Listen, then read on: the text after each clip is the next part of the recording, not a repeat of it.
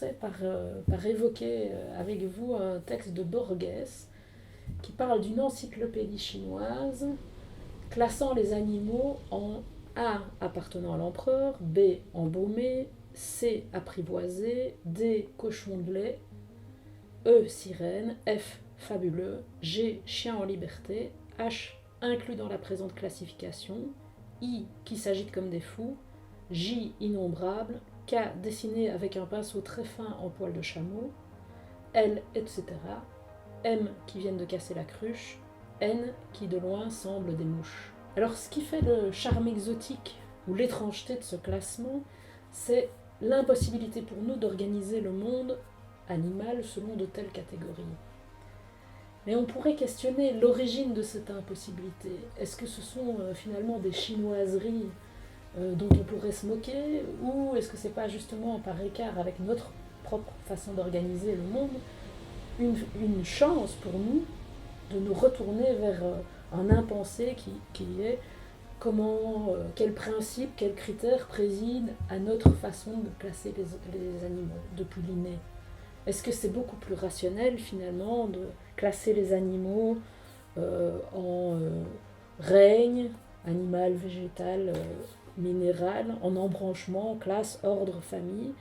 Est-ce qu'il n'y a pas des présupposés irrationnels aussi, ou tout aussi peu rationnels, ou tout autant que dans l'encyclopédie chinoise, notamment l'esprit de système, finalement, qu'on ne puisse pas rajouter un etc. dans le classement de l'inné, a été souvent problématique, parce que dans le fond, à chaque fois qu'on a découvert des espèces nouvelles qui ne rentraient nulle part dans le tableau, il a fallu à chaque fois tout reclasser autrement.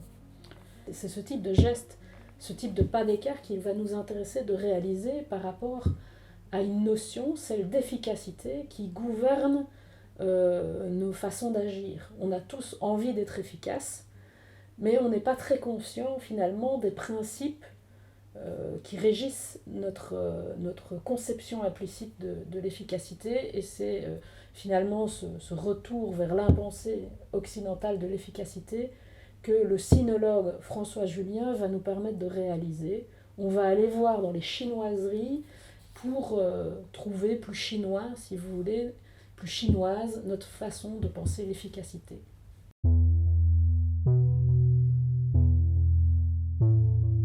Je vais d'abord évoquer avec vous la modélisation occidentale, qui est notre façon à nous d'envisager l'efficacité. Pour être efficace, on trace une forme idéale, un plan, on se donne des objectifs, et l'objectif c'est effectivement un modèle à réaliser, si vous voulez, et on peut prendre l'image du plan en architecture qui correspond à notre façon générale de penser l'efficacité, pas seulement dans le domaine de la construction, mais à chaque fois qu'il y a une action à réaliser pour que cette action soit efficace.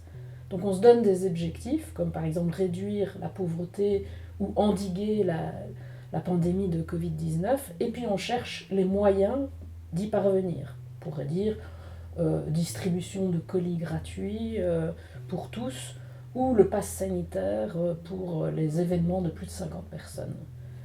Et on a là un couplage familier pour nous entre moyens fins, mais qui est aussi finalement un couplage entre deux facultés, l'entendement, qui trace le plan idéal, et la volonté de la mise en œuvre des moyens dans le réel. C'est aussi un couplage entre théorie et pratique. Le modèle, il est théorique, et les moyens sont pratiques. Il faut faire ou ne pas faire certaines choses. Alors il y a une déperdition, en tout cas on a la crainte d'une déperdition entre ce qu'on a conçu intellectuellement, théoriquement, et ce qu'on va réaliser pratiquement. Donc ce couplage objectif-moyen, il est problématique. Parce qu'il arrive en effet que les moyens ne produisent pas les effets voulus. Par exemple, le pass sanitaire pourrait très bien conduire ceux qui en disposent à enlever toute prudence, à s'amasser à 6000 à un concert, en se toussant gaiement les uns sur les autres, alors même qu'ils pourraient pourtant et être malades et continuer à véhiculer le Covid. J'ai l'air de proposer comme ça d'emblée une approche critique de la représentation occidentale de l'efficacité, mais en réalité, elle a permis un essor considérable des sciences et des techniques au XVIIe siècle.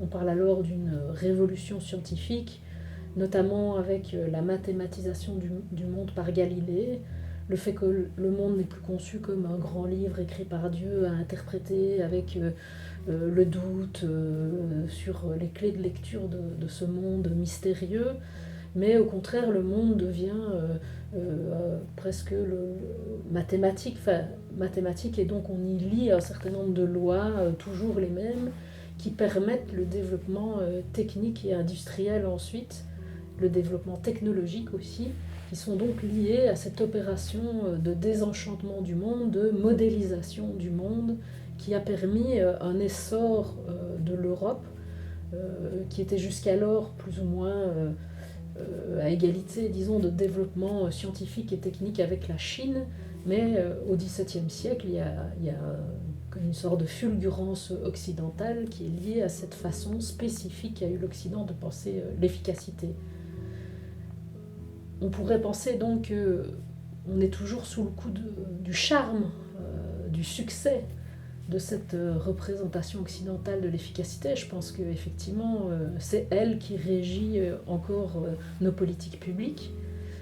Mais il y a déjà eu dans l'histoire, et même tout au début de cette histoire prestigieuse du développement scientifique et technique, des controverses, des doutes, des questions.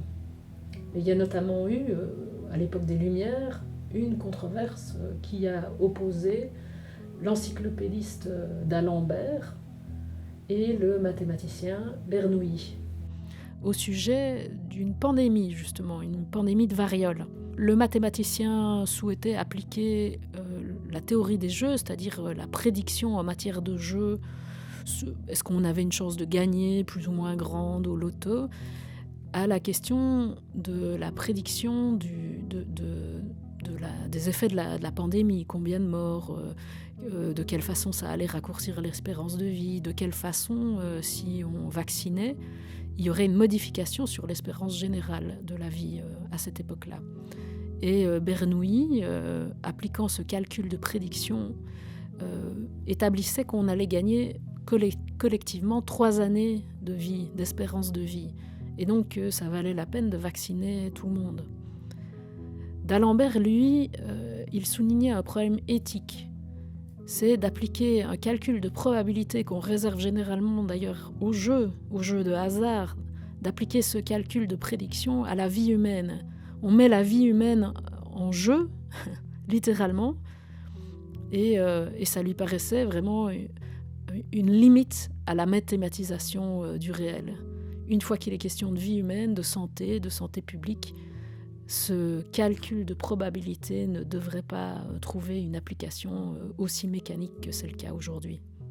Alors pour comprendre les limites de la mathématisation du monde, on peut reprendre une distinction aristotélicienne entre ce que Aristote appelait la science épistémée, qui relève d'un savoir certain, universel, inamovible, et ce qui relève des arts, comme l'art de gouverner, la médecine, l'éducation, et qui n'obéit pas donc à la même certitude, à la même universalité. Le domaine des affaires humaines, comme il appelle ça, est un domaine où, dans le fond, on doit se contenter d'une science de ce qui est mouvant, de ce qui est changeant, de ce qui échappe partiellement à l'emprise de la connaissance.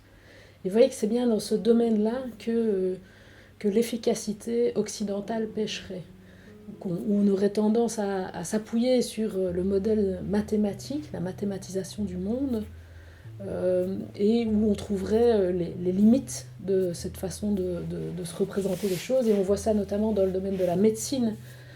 Pour nous, la médecine, c'est une science avant d'être un art de soigner. Et d'ailleurs, on y est formé scientifiquement, et on forme finalement assez peu ce qui pourtant pourrait gouverner un principe d'efficacité. C'est que si on est un bon médecin, le rapport au patient, l'expérience, la singularité de la réaction de tel corps avec tel médicament, ce genre de choses pourrait être davantage pris en compte et pourrait être davantage formé. En éducation, on va vers le même genre de dérive où on ne parle plus d'éducation mais de science de l'éducation, avec de nouveau une fascination pour la modélisation, la mathématisation, comme si on pouvait échapper à un rapport à la singularité des situations, à la singularité de tel élève dans telle situation, et que finalement une courbe, des chiffres, des règles générales pouvaient nous tenir lieu de pédagogie. Alors je voudrais évoquer aussi d'autres notions importantes de notre représentation de l'efficacité. Il y a d'abord l'action. Si le rapport au réel est un rapport de forçage, ça veut dire qu'il faut agir avec ce que ça suppose de brutalité, de découpe dans le tissu des choses. Il y a tout à coup quelque chose qui est perceptible, qui est l'action humaine. Et c'est comme ça qu'on a par exemple une médecine à l'acte, avec cette idée effectivement d'une intervention dans le cours des choses, du médecin qui agit et qui transforme par son action. Et voyez que cette représentation occidentale de l'efficacité par l'acte va aussi avec la valorisation d'un personnage qui intervient dans le cours des choses et qui est un peu héroïque. Alors ça peut être le médecin qui fait le bon acte au bon moment, ça peut être le combattant à la guerre qui intervient, qui par son action éclatante fait basculer le cours des choses. Et donc il y a un couplage du rapport extérieur au réel comme quelque chose qui résiste, à l'action comme quelque chose qui va venir incarner dans le réel le plan, et au héros qui est celui qui permet d'atteindre l'objectif qui est le grand personnage, l'homme d'initiative, celui qui a été capable du bon acte au bon moment. Et puis il y a une dernière notion qui est aussi importante, qui va avec cette série, c'est la notion de responsabilité. Le décideur politique, le médecin, l'homme d'action, c'est celui aussi qui est responsable des conséquences de son action.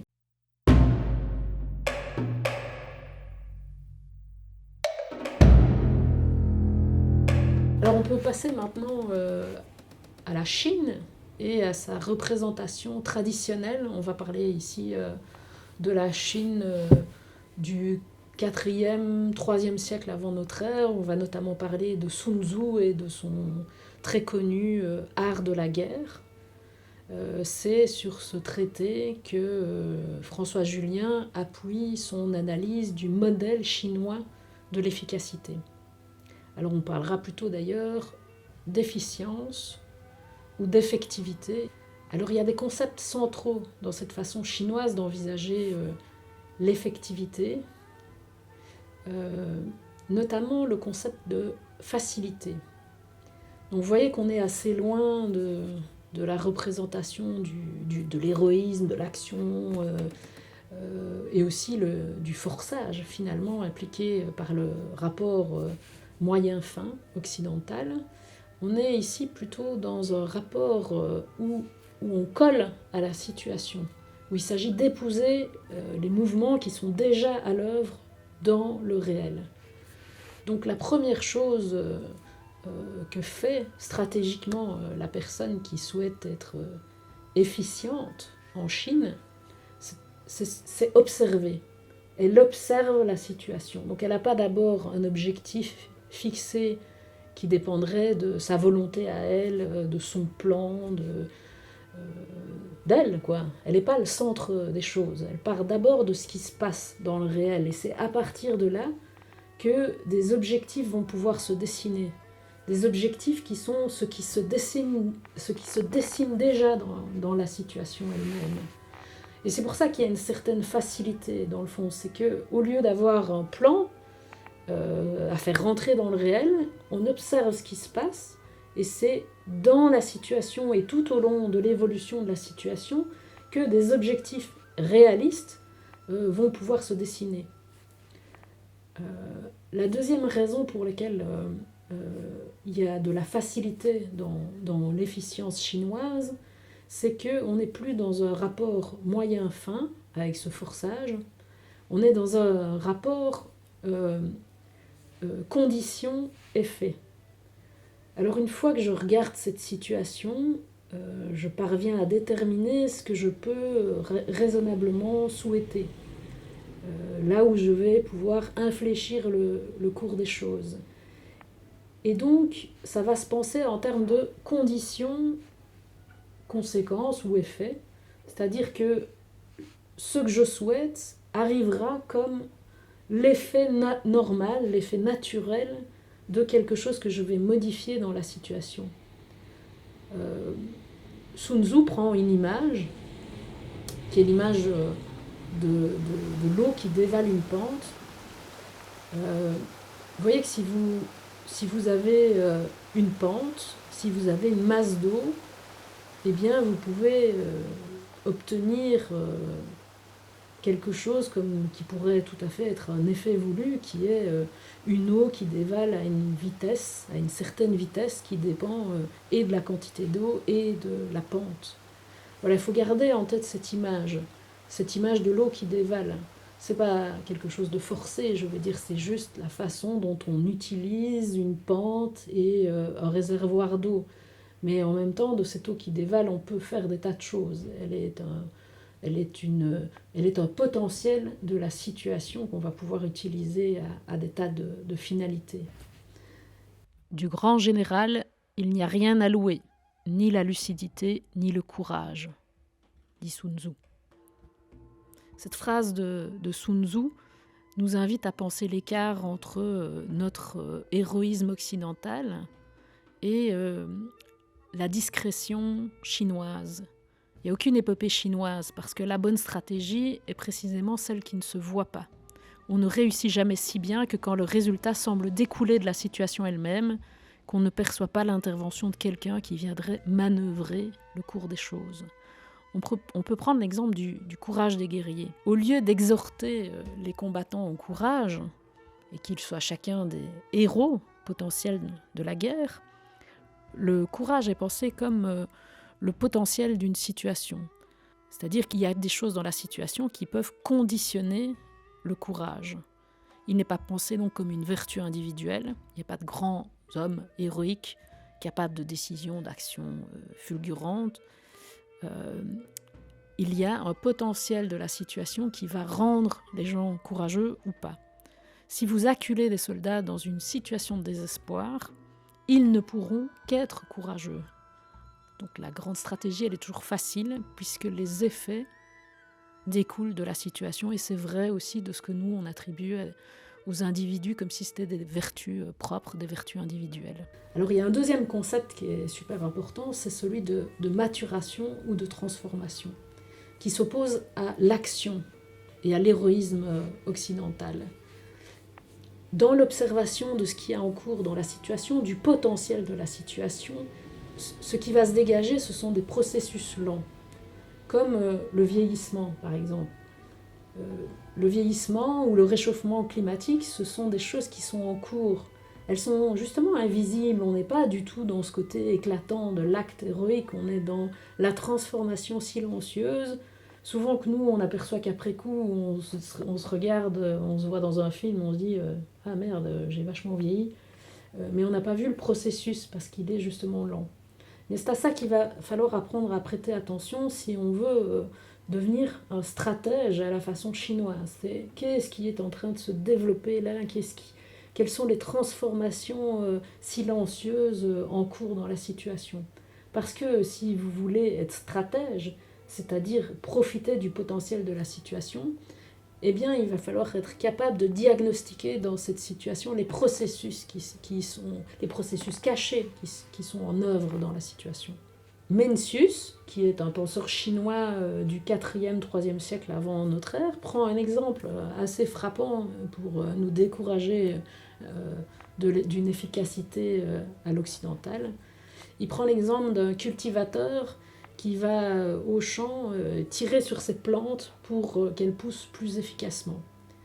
Et évidemment, le résultat est absolument contre-productif, c'est-à-dire qu'il rentre le soir et son champ est cramé, fané, enfin les plantes, au lieu de pousser plus vite par son effort de tirer chacune par les cheveux, au contraire, sont mortes.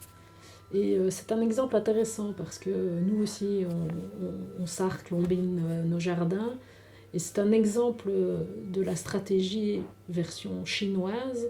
C'est que pour être efficace en agriculture, dans un de ces domaines qui est un domaine d'art, si vous voulez, il va s'agir de profiter du potentiel de la situation, qui est par exemple la qualité de la terre, le climat, le type de graines qu'on a semées.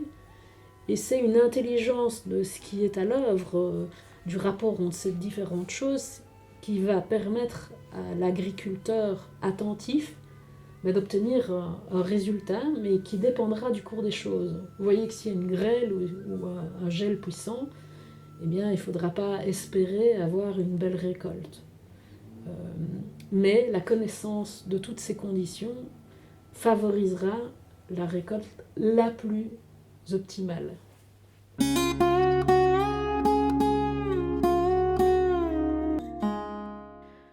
L'exercice va consister à devenir un peu plus chinois. On part donc d'une situation de travail classique, d'un objectif qu'on voudrait réaliser, de la planification des moyens, de tout ce qu'on va mettre en œuvre pour réaliser cet objectif. Et puis, on va devenir un peu plus chinois, c'est-à-dire qu'on va se laisser influencer par la pensée de l'efficience, par l'immersion dans la situation, par l'évaluation du potentiel de la situation, par un rapport qui n'est plus moyen-fin, mais condition-effet, par la perception des mouvements, des transitions lentes qui sont à l'œuvre dans la situation elle-même, par la modification des objectifs qui sont liés à cette transformation, qui impliquent donc que nos objectifs évoluent au fil du temps.